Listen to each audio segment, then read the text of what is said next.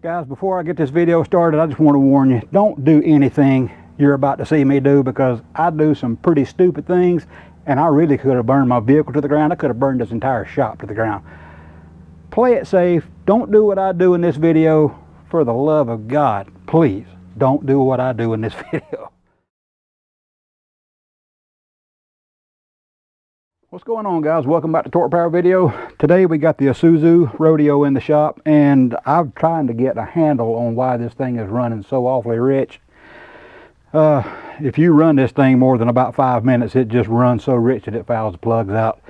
The previous owner that sold it to me, he was chasing the same problem, and he did some, well, I'll just say it, he did some questionable things to the fuel system, trying to figure out what was going on. After I sat back and thought about it for a little bit, I think I may know what might be wrong with it. These Rodeos of this era came with 2 different fuel injection systems, and the early ones, like this one, used a GM V6. It's a 3.1 GM V6, and it's got the GM throttle body injection on it. And these GM TBI systems, they only need like 13 or 15 psi. The later, I guess it would have been actually an Isuzu motor, overhead cam and all that stuff, and I'm sure that it would have wound up using, you know, more like 30 to 50, somewhere along in there. You know, I'm just guessing, so I don't know exactly what it will be. And I'm just wondering if someone may have replaced the fuel pump on this thing at some point and mistakenly put a later model fuel pump in it, and that's why it's got so much fuel pressure. But I want to dive in here. I want to put a fuel pressure gauge on the, I would say the fuel rail, because they're not on. There's some, like I said, there's some questionable stuff going on, but that's going to work out in my favor because it's going to make it easy to put a gauge on it. So let's jump in and see if I can figure out what's wrong with this thing. All right, so if you'll look right here, you'll see the end of this hose is black and this is yellow. They've got a joiner right here in the middle, a union, I guess you'd call it. I'm not sure why they had that there. I don't know if they've already tried what I'm trying to do. Well, let's just take this off and see if I can't figure out why we've got so much fuel pressure. Okay, there we go.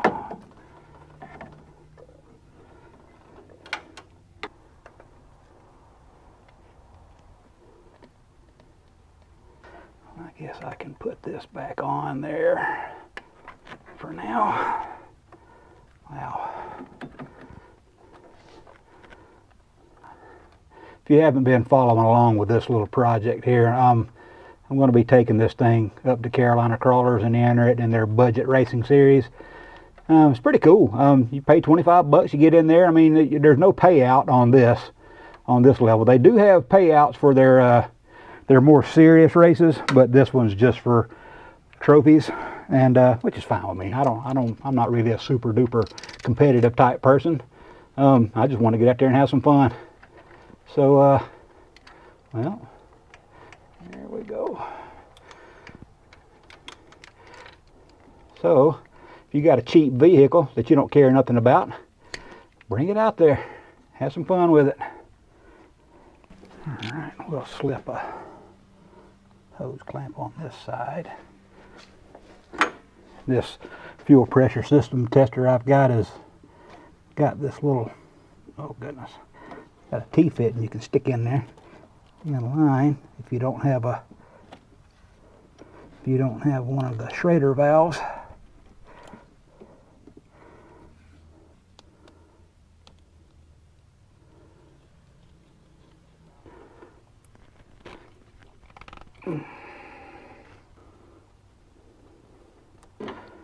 So, moment of truth. Let's see how much fuel pressure we actually have. Ignition on.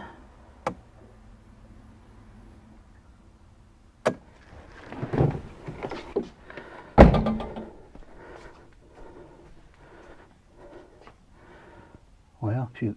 Okay, so it dropped Either it ain't got none or it just dropped down. You got what? You guys tell me what you saw. I didn't see it. All right.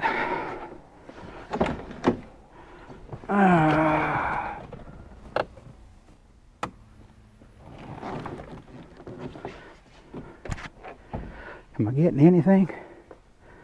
Ain't getting anything, am I? Huh. Well, this kit might not be any good. Let me try to start it up and see what happens here.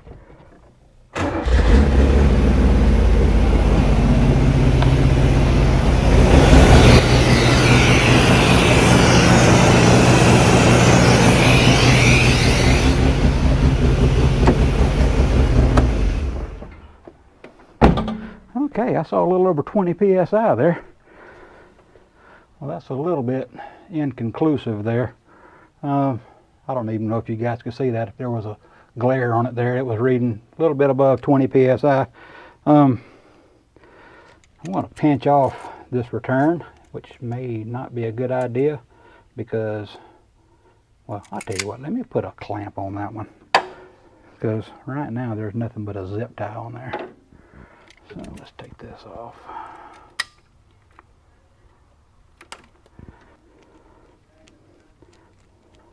Because the deal is this right here is a fuel pressure regulator. And even if I'm running over 20 psi here, that means I'm getting 20 psi at the injectors, because this is the inlet side. The outlet side is where the fuel pressure regulator is. So if I pinch this off, this will tell me how much pressure that the fuel pump actually puts out. All right, let's close that off. And I know this is most likely not the right thing to do, but nobody ever said I know how to do things right anyway, especially not me.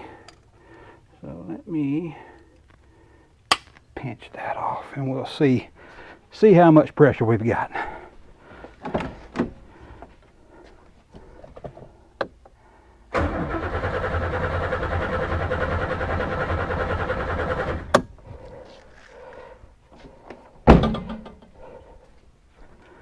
Well, obviously it's not holding pressure, so I have no idea what it was, because I can't see that from the cockpit there. Let me see if I can do it from there. See if I can see through there.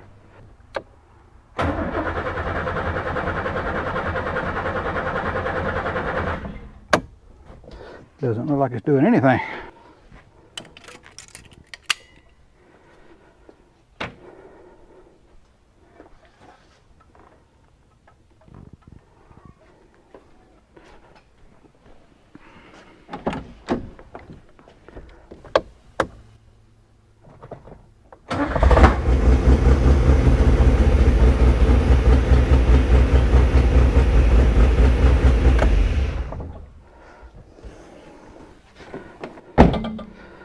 Alright,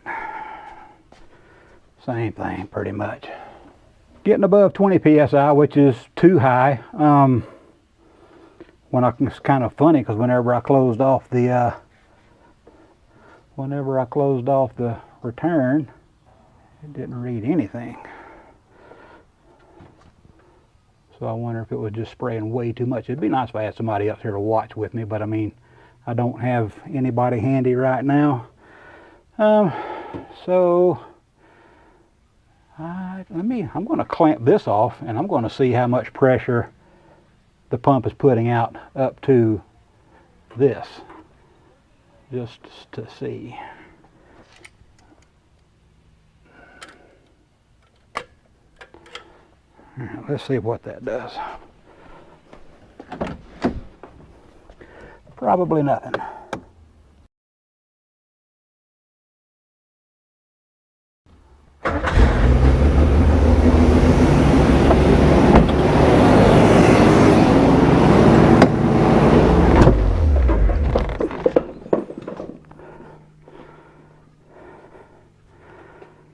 Okay, I'm surprised we didn't just have a fire. Oh, good Lord.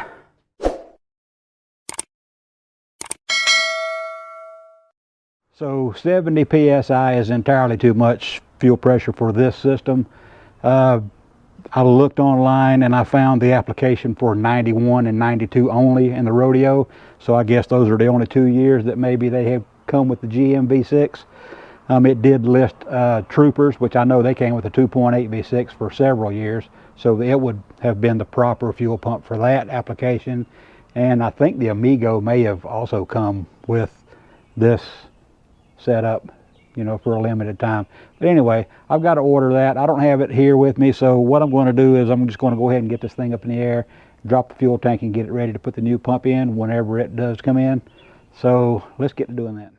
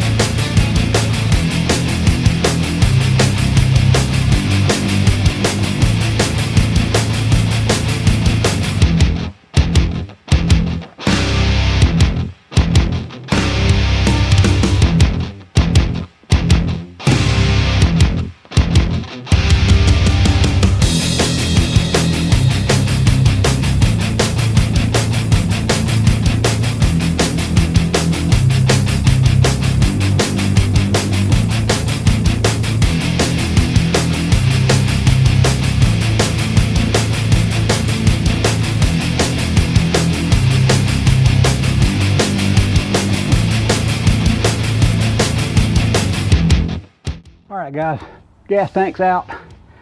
That's about as far as I can go with it right now because I don't have the fuel pump like I said. But getting the tank out and getting it ready. And we'll see you in the next clip, but that'll probably be about a week for me. Alright guys, it's been a few days. I got the new fuel pump in the mail today. I'm going to set this nasty tank outside, rinse all the mud and junk off of it, and then we're going to start installing the new tank. So let me get that part done and I'll be right back.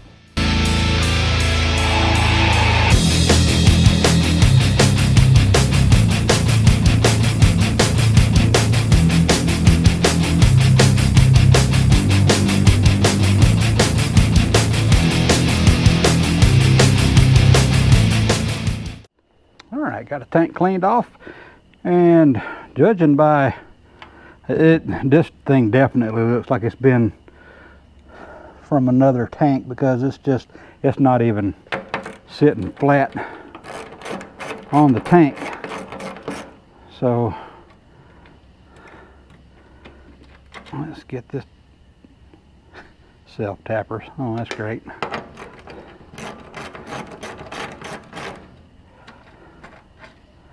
Oh, lovely.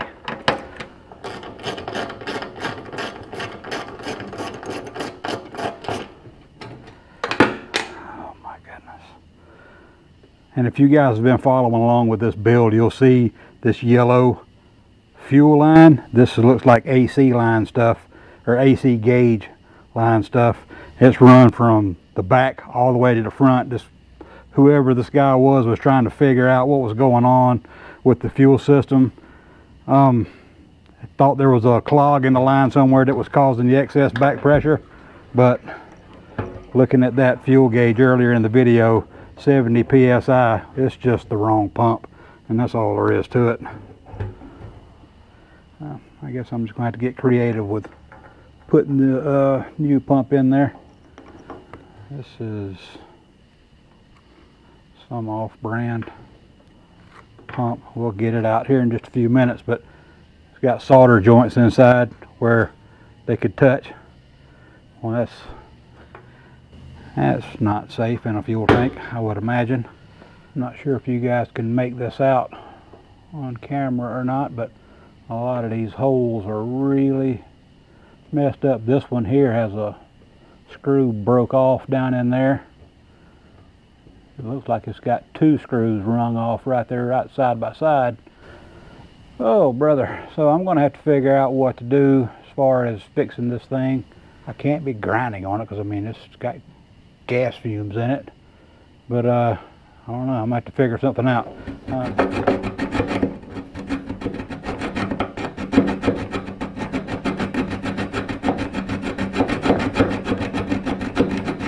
Alright, so I've got those high spots taken care of. The factory sending unit has a little arrow that faces forward, and I'm lining it up with the holes in the tank. And I think what I'm going to be able to do is just clock it just a little bit,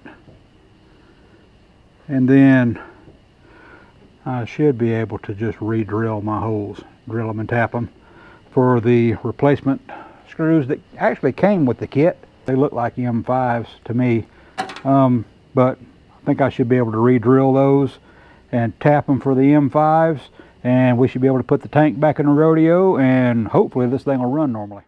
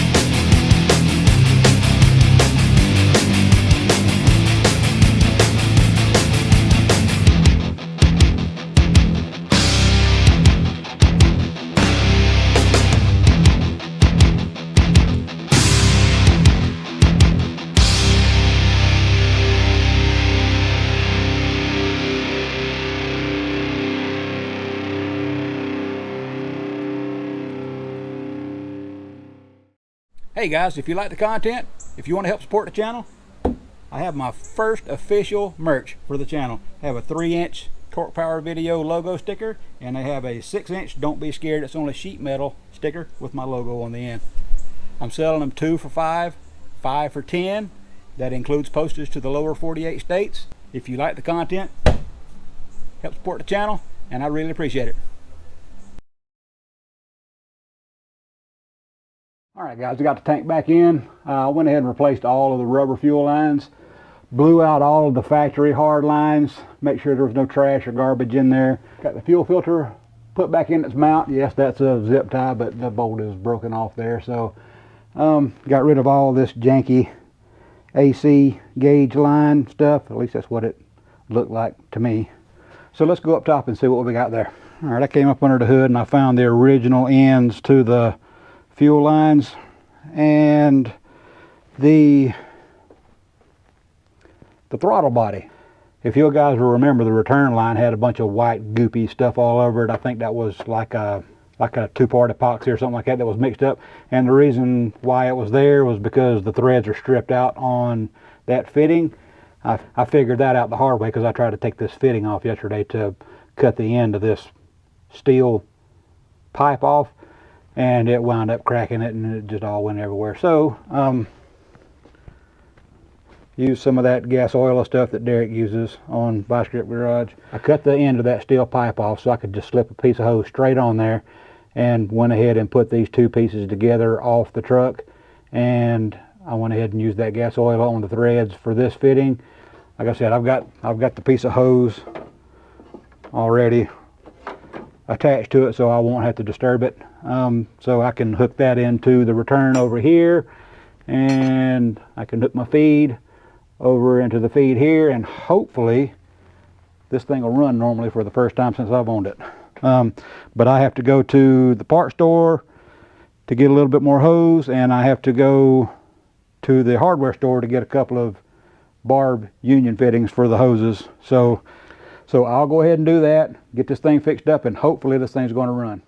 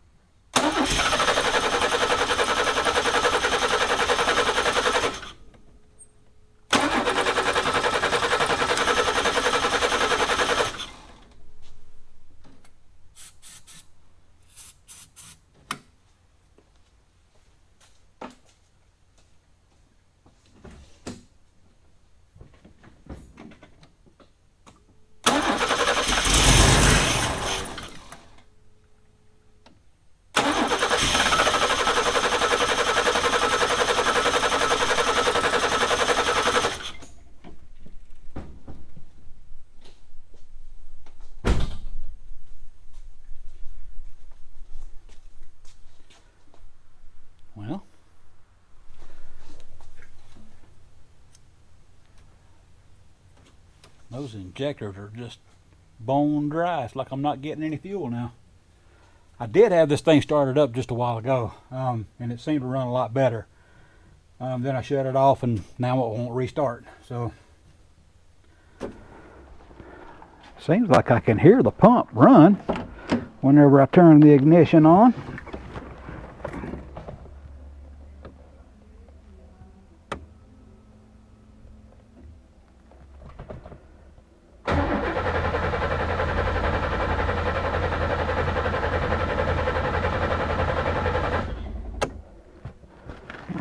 Let's see if we've actually got pressure. Anyway, I'm going to try and not have a repeat of what I had earlier in the video. So I'm going to go ahead and just pull it loose from here and just deadhead it right into the gauge with this, just to see if our new pump is in fact working.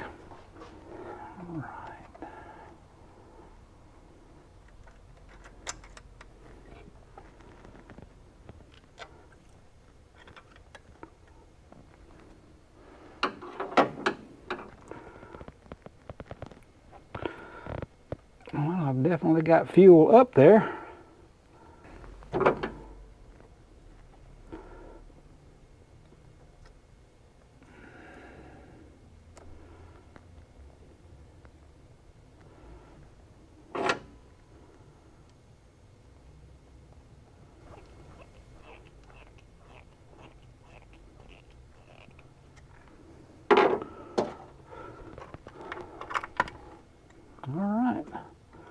Let's see what she tells us this time.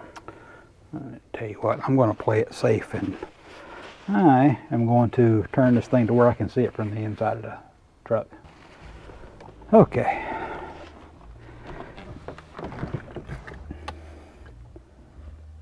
Ignition on. Well,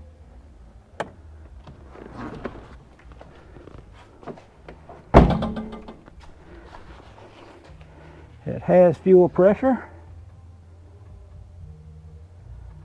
and it's holding fuel pressure this time. Well, that's good.